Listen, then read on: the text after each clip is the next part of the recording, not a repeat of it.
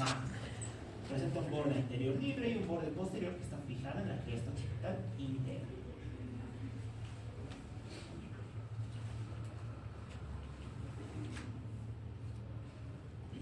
Ahora, esta dura madre no solamente es una hoja meningea, sino que en su interior contiene estructuras venosas.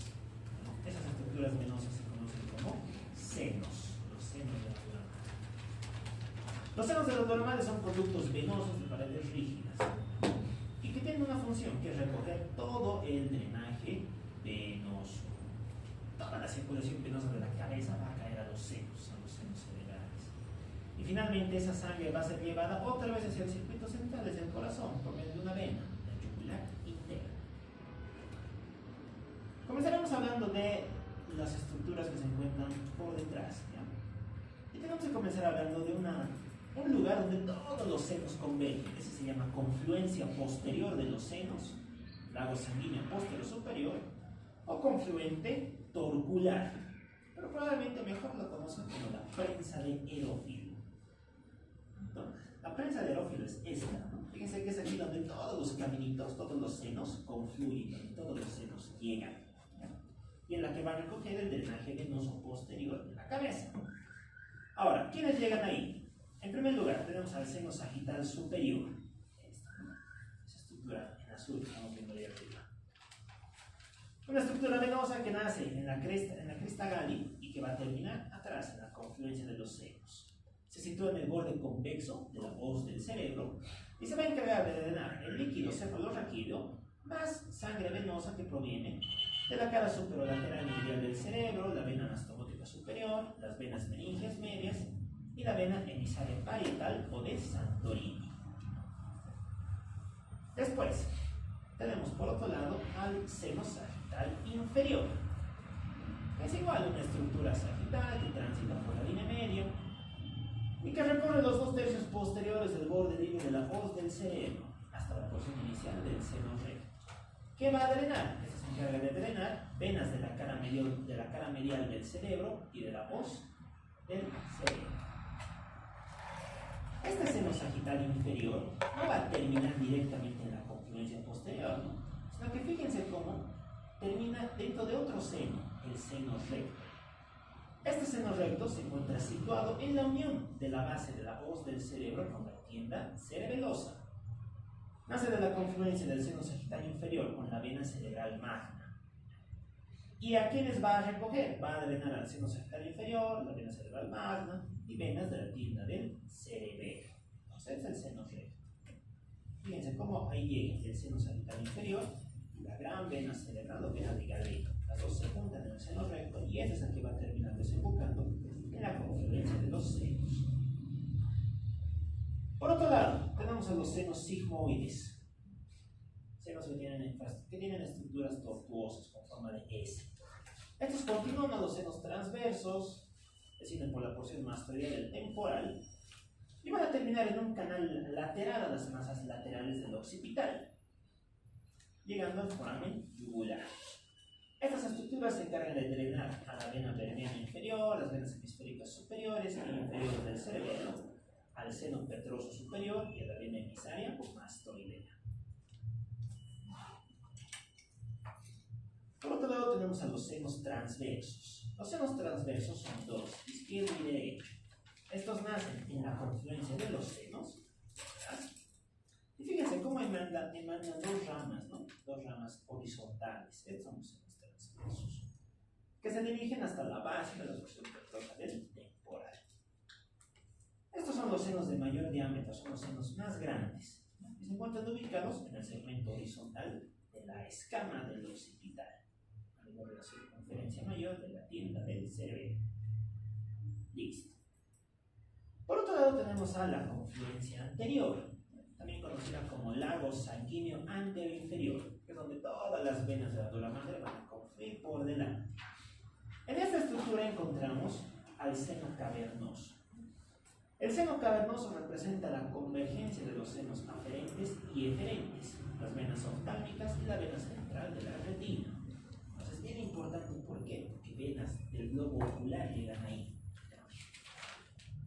Tiene una longitud media de 2 centímetros y se extiende desde la fisura orbitaria superior hasta el vértice de la porción petrosa. Lateral aquí en el cuerpo del esfenoides, ¿no? Que se está pasando por su ladito, el seno cavernoso. ¿Quién se encuentra aquí? Otra vez, esto es bien importante. Se encuentra la carótida interna y el sexto par craneal, todo el lado externo. En su pared externa, además, ¿quiénes se encuentran? El tercer, el cuarto y la raíz oftálmica del quinto par craneal. Entonces, fíjense que 4 pares craneales pasan por aquí, ¿no? Y de ahí es de donde deriva su importancia. Porque como esta estructura está muy cerca de la cavidad ocular, infecciones periorbitarias, celulitis periorbitaria, trauma, o cualquier tipo de entidad que pueda llegar a comprometer la piel a ese nivel, puede tranquilamente diseminarse aquí, a los senos cavernosos. Y si se disemina, pues es terrible, porque va a ser una trombosis en el seno cavernoso. Y se va a comprometer no solamente la visión, sino también en general la circulación arterial de toda la cabeza. Por aquí está pasando la carótida interna. Así que es una estructura bien importante y fácilmente lesionable. Ya. En esta confluencia anterior encontramos senos que llegan hacia él, senos aferentes, y senos que salen de él, senos eferentes. Los senos aferentes, ¿cuáles son? En primer lugar, el seno esfenoparietal, una estructura que se encuentra en el desdoblamiento del borde posterior de la dura madre. Otra aferencia, el seno cavernoso o intercavernoso anterior y posterior, que es un seno que se va a encargar de comunicar ambos senos cavernosos, que se encuentra a nivel de la tienda de la hipófisis. Tenemos también el seno occipital transverso, un seno que se encuentra en el canal basilar y que también se encarga de comunicar ambos senos cavernosos, pero lo hace por detrás. Esas 3 estructuras confluyen en el seno cavernoso y de ahí salen ramas. La primera de ellas es el seno petroso superior, una porción que se va a dirigir hacia el seno sigmoideo y que va a estar drenando a la vena cerebral media superficial, las venas pontinas, algunas venas cerebelosas y en algunos casos a la vena anastomótica superior. Por otro lado tenemos al seno petroso inferior, una estructura que transita entre la porción petrosa y la apófisis basilar y se va a encargar de drenar a las venas cerebelosas, la vena del bulbo y las venas auditivas internas. Finalmente encontramos al seno petrooccipital, una estructura que se encuentra en la parte inferior de la estructura petrobasilar, comunicando la porción petrosa con el occipital, y que comunica el seno cavernoso con el seno petroso inferior o con la yugular interna, a través del foramen yugular o agujero rasgado. Ya. Listo. Hablaremos ahora de la dura madre raquídea. Recuerden que la médula espinal sigue siendo el sistema nervioso central, por ende también tiene sus meninges. Esta dura madre es un cilindro hueco que se encuentra dentro del conducto raquídeo y transita desde el foramen magno hasta S2, hasta la segunda sacra, donde se encuentra una estructura curva, una estructura en fondo de saco, se conoce como el fondo de saco dural. A este nivel solamente encontramos una capa interna meningea, no hay 2, como hace rato. Y esa capa interna es la que separa al periósteo del espacio epidural. Su cara interior es lisa, separada del aracnoide, su cara lateral recibe la extremidad externa de los ligamentos dentados. Y esta dura madre envaina los nervios espinales en el trayecto que realizan hasta los agujeros intervertebrales. Aquí que tenemos, ya lo mismo, fíjense cómo la dura madre recubre toda esta estructura. Se encuentra separada de la aracnoide, se encuentra con el ligamento dentado y va a estar rodeando o contorneando a los nervios espinales en su trayecto de salida. Ya. Ok, vasos y nervios de la dura madre. La dura madre presenta también arterias y venas propias. Estas van a desembocar en las venas diploicas y en los senos durales. Comenzaremos hablando de su irrigación. Encontramos en primer lugar a las arterias meningeas anteriores, la arteria meningea anterior. Esta es una rama de la arteria etmoidal anterior, que es a su vez la oftálmica, y que se va a encargar de irrigar toda la porción anterior de la dura madre, toda su porción frontal. Por detrás encontramos a la arteria meningea posterior, la cual es rama de la arteria maxilar, ingresa por el foramen oval. irriga toda la porción externa del seno cavernoso. Pero una arteria que probablemente sea más importante que estas es la meningia media. Esta arteria es clave. Esta es una arteria rama directa de la arteria maxilar. Y si recuerdan, en el parietal hay una suerte de ramificaciones en su cara interna, ¿no? Eso corresponden a arborizaciones de esta arteria de la meningia media.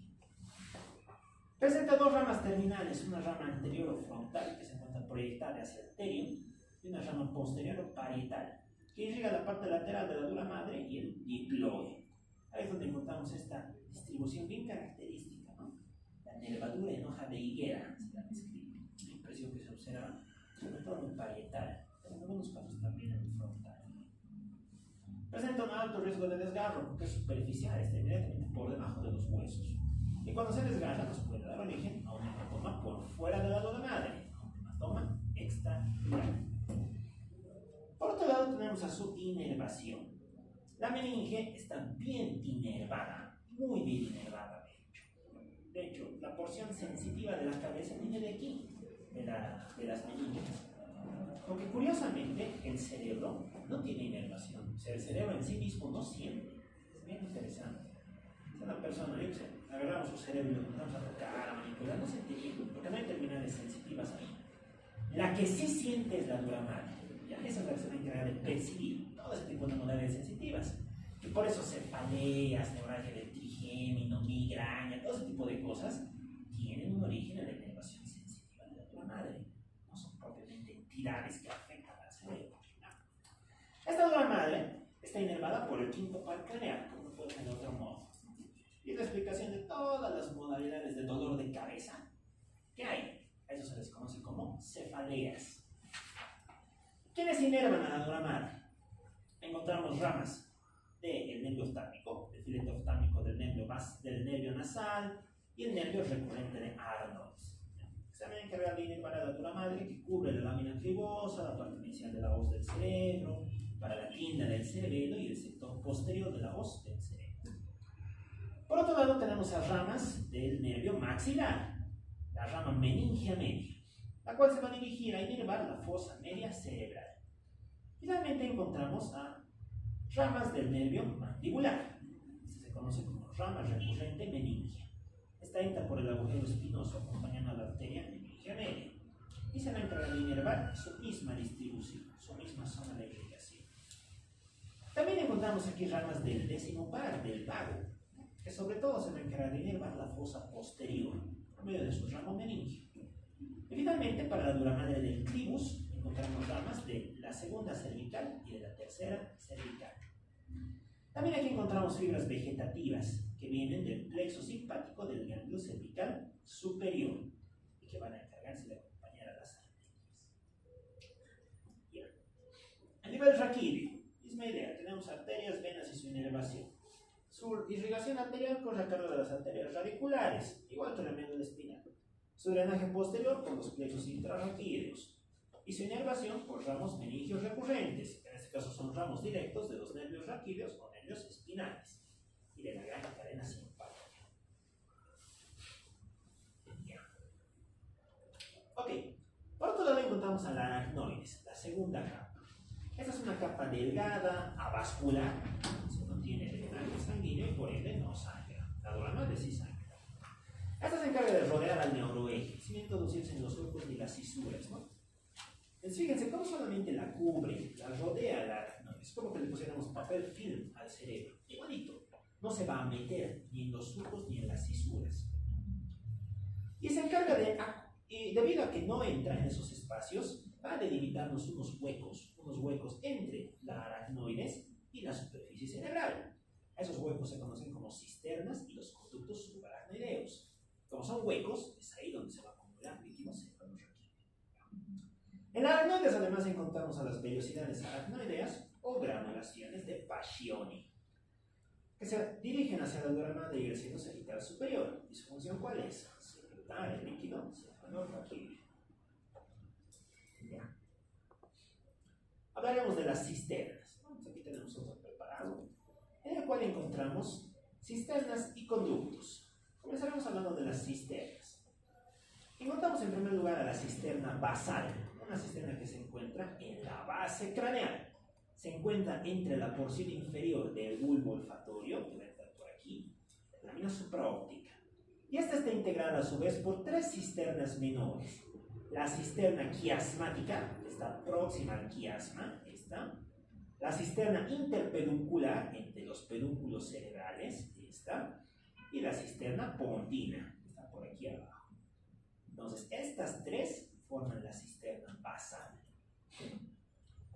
Aquí también se puede observar. Todo este huequito, este espacio hueco, esa es la cisterna basal. Por otro lado encontramos la cisterna magna. Esta se encuentra por detrás. Cisterna magna o cerebelo medular. Su límite superior está dado por el cerebelo, el límite anterior por la cara posterior del bulbo y la parte alta de la médula cervical, el límite posterior por el reborde posterior del agujero magno, el arco posterior del atlas, la parte superior de las láminas y la base de la apófisis espinosa del axis. Y esta estructura se encarga de recibir el líquido cefalorraquídeo del cuarto ventrículo por medio de tres agujeros: los agujeros de Luschka y los agujeros de Magenti. Entonces aquí se puede observar esta cisterna, ¿no? Está el cerebelo, por debajo se encontraría la médula, toda esta cosa gelatinosa que aparece ahí, esa es la cisterna magna. Por otro lado encontramos a los conductos. Yendo de anterior hacia posterior, estamos hablando de los conductos cerebrocorticales laterales o conductos silvianos. Como su nombre nos indica, pasan por la cisura de Silvio, por la cisura lateral, y van a terminar en la cisterna basal. Por detrás, encontramos a los conductos cerebrocorticales mediales. Estos van a recorrer la hendidura del cerebro, la hendidura cerebral. Están unidos por detrás por una cisterna, la cisterna ambiens, que se encuentra por debajo del despliegue del cuerpo calloso. Y por delante están unidos por la cisterna basal. Después, encontramos al conducto sagital subaracnoideo. Este es un conducto que comunica las dos cisternas, la cisterna basal con la cisterna magna. Y vamos a tratar de seguir este circuito: cisterna quiasmática, después pasa por el borde superior del cuerpo calloso hacia la cisterna ambiens, de la cisterna ambiens pasa por la vermis superior, la vermis inferior y termina en la cisterna magna. Finalmente encontramos a los conductos cerebelocorticales, estructuras que recorren los surcos cerebelosos y que van a continuar por detrás con la cisterna magna. ¿Y qué tenemos? Lo mismo, no solamente que representaría. Aquí atrás, este hueco que estamos viendo, esta es la cisterna basal, perdón, la cisterna magna. Este hueco que está por delante corresponde a la cisterna basal. Por último, encontramos a la pía madre. La pía madre es la hoja más interna que presenta las meninges, la hoja también más delicada, más frágil, una hoja transparente y que está en estrecho contacto con la superficie. Podemos encontrar todas las capitas, ¿no? Es como la pía madre es la que está directamente en contacto con el cerebro. Presenta una cara externa, subaracnoidea, por debajo del aracnoides, en la cual se localiza un espacio, el espacio subaracnoideo, fluídico, cefalorraquídeo, y una cara interna que está en contacto con el encéfalo, con el cerebro. A nivel craneal, la pía madre craneal, pues se caracteriza por recubrir toda la superficie de los hemisferios cerebrales, incluidos surcos y fisuras. Ya se mete en todas partes.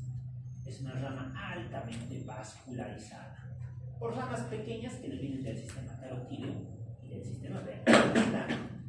Y en su distribución va a formar a los plexos y a las telas coroideas, estructuras que hasta hemos visto así de manera suelta, pero que ahora vamos a entender de dónde vienen. Vienen de la pía madre.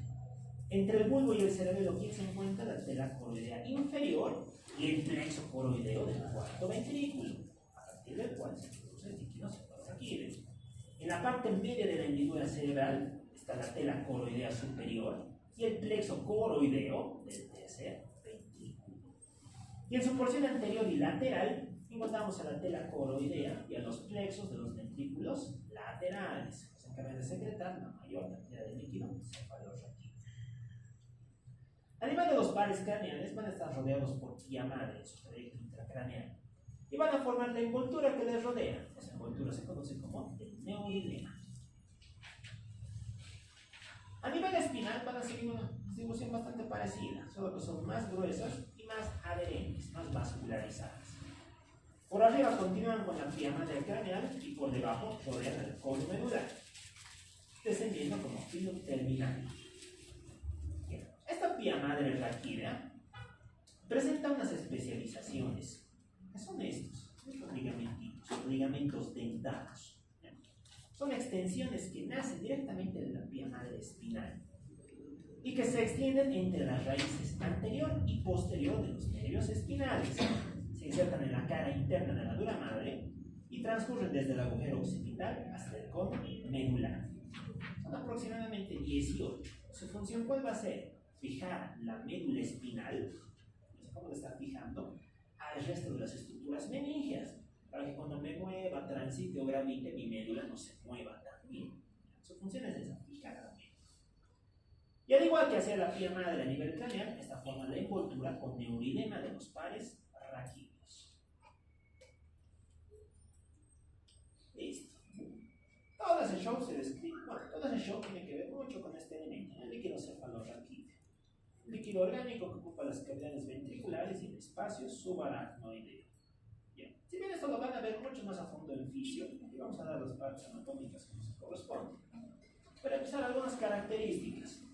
Tiene una media de 120 a 150 ml, un color transparente e incoloro. De hecho, los semiólogos clásicos lo describen como un color bien característico, lo describen como cristal de roca. Supuestamente es el agua que sale a partir dos rocas en las montañas, de los glaciares. Hablamos en nunca he visto que salga agua de las rocas, pero así está descrito. Ese es el tono que tiene. Su tasa de secreción y reabsorción es de medio litro, ¿no? 15 ml por día. Y ese líquido todo el rato se va a estar renovando dentro de la cavidad, de 3 a 4 veces en un día. Su presión media, ¿cuánto es? De 10 a 15 centímetros de agua. La presión del líquido cefalorraquídeo se mide en centímetros de agua, no en milímetros de mercurio. ¿Y su función cuál es? Amortiguar el peso del encéfalo, protegerlo de traumatismos y contribuye a su metabolismo, razón por la cual varios tejidos van a recibir nutrientes y van a depositar desechos. Lo que tenemos que conocer desde anatomía es esto: su flujo, su drenaje. Es lo más importante desde el punto de vista anatómico. ¿Dónde se secreta? En los plexos coroideos. Estas estructuras rojizas que recuerden que pertenecen a la dura madre, perdón, a la pía madre. Sobre todo, ¿quién? Sobre todo los del ventrículo lateral. Entonces, una vez que se produce ese líquido cefalorraquídeo, no se va a quedar ahí. Va a bajar hacia el tercer ventrículo. Lo hace, perdón, hacia el tercer ventrículo. Lo hace a través de un agujero, el foramen interventricular o agujero de Monro. A partir de ahí va a seguir drenándose hacia el cuarto ventrículo por medio de un tubito, un conducto, el acueducto de Silvio o acueducto mesencefálico. Listo. Mi líquido cefalorraquídeo llega ahí. ¿Será que se acumula ahí? No. Sino que fíjense cómo va a pasar atrás, hacia las cisternas de la aracnoides, hacia la cisterna magna. Y una vez que ya llega a la cisterna magna, ya estamos en aracnoides. Se va a distribuir por todo el espacio subaracnoideo. Y es a través de ese conducto por donde va a pasar a toda la cabeza. A la cabeza y a toda la médula. Por delante va a llegar ¿a dónde? A otra cisterna. Esta estructura de aquí que hemos dicho que es la cisterna basal. Y una vez que llega aquí, va a pasar a los conductos subaracnoideos, donde va a ser reabsorbido a través de las vellosidades coroideas, sobre todo las del seno occipital superior. ¿Eso es importante? Sí, porque es la llave para obtener elementos como la punción lumbar, procedimientos en los cuales se procura extraer una muestra de líquido cefalorraquídeo en el contexto de estudio no solamente de infecciones meninges. Uno piensa en punción lumbar meningitis, no siempre. Se estudia para muchas cosas: trastornos metabólicos, síndromes paraneoplásicos, tumores nerviosos, metástasis. Se puede utilizar para muchas cosas la punción lumbar y también para administrar ciertas vías anestésicas. Entonces también tiene su técnica. Esto imagino que lo van a ver más a fondo cuando estén acabando el anestesio. Pero básicamente consiste en introducir una aguja. Ni siquiera es una agujita, es una agujota, y es de vidrio. Y esa cosa tiene que atravesar todos los planos que hemos descrito. ¿A qué nivel? Entre L4 y L5. Depende mucho de lo que les diga su docente de anestesia, pero de media se maneja ese parámetro. ¿Para qué? Para no dañar a las raíces nerviosas, ¿no? A este nivel es donde solamente nos va a quedar la caudera. Y una vez que hemos ingresado ahí, se toma el líquido que se necesita, ¿no? Aproximadamente unos 10 ml, 10, 15, tampoco se reabsorbe mucho. Porque si reabsorbes mucho, bajas de golpe la presión del líquido cefalorraquídeo, puedes causar un trauma. Y finalmente se retira y se procede a su estudio. ¿Y qué tenemos? Un videito. Ya, van a volar mis megas minutos. Ahora, bueno, es un videito de la punción lumbar. Ustedes lo van a poder ver una vez que suba el atlas a la plataforma. ¡Listo! Terminamos neuronando. Necesito nomás. Necesito nomás. Ya. Hasta aquí alguna pregunta, alguna duda. Nada, ¿está todo claro? Ya. Entonces, en general, el neuronato, chicos, lo que sí o sí tienen que saber bien son las vías y las áreas del prótono. Te estoy diciendo eso ¿por qué? Porque va a entrar en su examen final, va a entrar en los reconocimientos. Eso tienen que saber bien, porque es la base de la neurología, es la base de la neurocirugía, es la base de la función de emergencias de los TECs, de los AVCs, de los casos clínicos, igual se fundamentan con eso. Así que repasen bien esos dos elementos. Vías y en general de todo, sensoriales, motoras y sensitivas, áreas del prótono. Ok, lo vamos a dejar por ahí entonces, muchachos. Nos acabó justo a tiempo. El día lunes ya vamos a comenzar con la teórica del miembro superior. Vamos a hablar de esto aquí. ¿Qué más? Sandra, vamos a volver a exponer el día martes. ¿Ya? Va a ser la última ronda de exposiciones. Estás con René y tu tema es sistema límbico. ¿Qué más? ¿Alguna pregunta, alguna duda más? ¿Todo claro? Entramos en formación. Ya. Entonces, ya está todo planteado. Como les digo, hasta el día jueves se va a